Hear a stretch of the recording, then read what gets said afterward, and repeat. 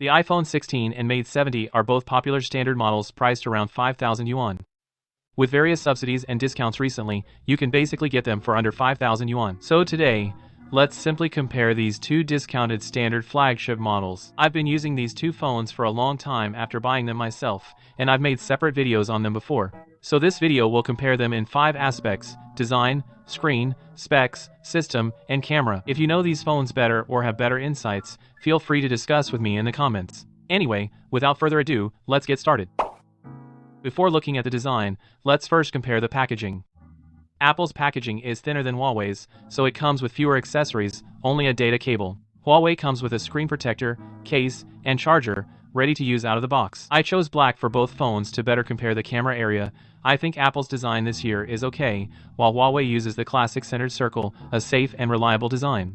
If we just look at the back, which one do you think looks better? If you think the iPhone looks better, type 1 inch the Danmaku. If you think Huawei looks better, type 2, let me see which one you prefer. For the side frame, the iPhone uses classic aluminum, while Huawei uses glossy metal, so it gets more fingerprints. As for buttons, the iPhone has an unusually large number of buttons. This time, besides the power and volume buttons, there's also an action button and a camera button, while Huawei only has power and volume buttons, very minimal. In terms of button feel, I think both are quite solid, not wobbly. As for openings, the iPhone only has a speaker and mic at the bottom, while Huawei has an additional mic and IR blaster on top. Both phones support dual SIM. In signal performance, the iPhone falls short of Huawei. Both phones are relatively thin and light, and feel good in hand. I also bought official cases for both phones. Apple's is this silicone case for 399 yuan, while Huawei's is this vegan leather case for 69 yuan. Both feel nice. For long-term use, Apple's case gets dirty easily, while Huawei's vegan leather case is similar to the included one. Both don't protect the sides. Now, turning to the front, when the screen is on, the iPhone has a 6.1 inch XDR display at 60 Hz, while Huawei has a 1.5K 120 Hz flat screen.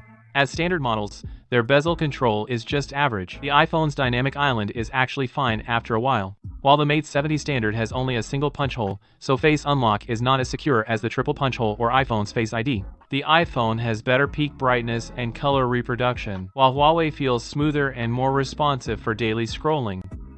I think the iPhone screen is better for high-quality content, like movies. In terms of specs, let's start with the chipset. Apple's A18 has made decent progress this year, while Huawei's standard uses the previous flagship 9010. The SoC PK performance test results are as shown. In light everyday use, the difference is not very noticeable. But if you play heavy games, the iPhone performs better. For games like Star Rail, Huawei basically has to lower graphics or use cloud gaming. If you only play small to medium games, like Hearthstone or some mobile games, I think both phones are decent. As for other specs, let me mention a few that are more noticeable. Apple's USB-C port is the traditional 2-speed, so data transfer is very slow, but it also supports DisplayPort to connect to a screen. Huawei offers a faster 3.1 speed. The transfer rate is very fast. As for the battery, Huawei has a larger battery, so its battery life is better. Both wired and wireless charging are faster on Huawei. But iPhone's MagSafe accessories and power banks are more convenient. Overall, I think Huawei offers a better battery experience. Often, after a full day of use, it still has plenty of charge left. As for unlocking, iPhone's Face ID is very fast. If you have an Apple Watch, you can unlock it even faster by raising your wrist. Huawei uses a side-mounted fingerprint sensor. Once you get used to it, it's fine. In terms of system, both iOS and HarmonyOS are smooth. I rarely encounter lag or bugs in daily use. In daily use, iPhone's 8GB RAM and Huawei's 12GB RAM rarely kill background apps. But if you want absolutely no app refreshes, you'll need to spend more for the 16GB version, which will last you longer. As for AI, Apple's AI for the Chinese mainland version hasn't been released yet, so I won't comment on Huawei's AI features for now. Actually, they're quite useful. Making simple AI videos is very convenient. But for more niche questions, it's still hard to answer with current tech.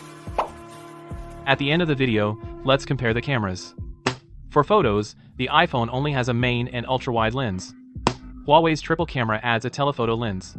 It allows for more perspective in photos. The photo styles are also quite different. Huawei's colors are closer to what you see, and the camera UI, both phones are fairly convenient. But I rarely use the iPhone's camera button. For video, both support 4K 60 frames per second across all lenses, but iPhone's stabilization is better. There are more professional apps and accessories for iPhone. but for everyday recording, I think both phones can handle it well. Overall, both phones have their own strengths. The base models have dropped in price. I think they offer good value. If you want better performance and basic ecosystem integration, I think the iPhone 16 is a better choice. If you want a better camera experience and want to pair it with Huawei's basic ecosystem, I think the Mate 70 is also a good option. So, after the price drops, which one is more worth choosing? Which one would you pick? Feel free to share your thoughts in the comments. That's all for this video. If you want more tech videos, remember to follow me. Like this video. Thanks for watching. See you in the next video.